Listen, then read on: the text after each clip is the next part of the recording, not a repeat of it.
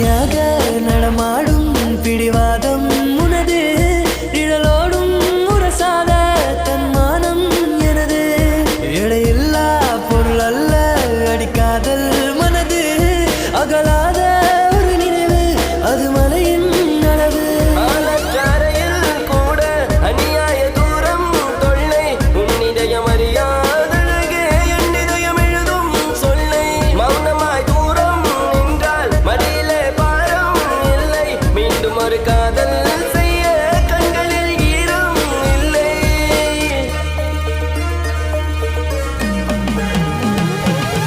oxygen தந்தாரே முன்னொரு பொழுதினிலே முச்சுக்காற்றை மொத்தம் திருடி போனாயதனாலே ஓடும் நதியில் இலையை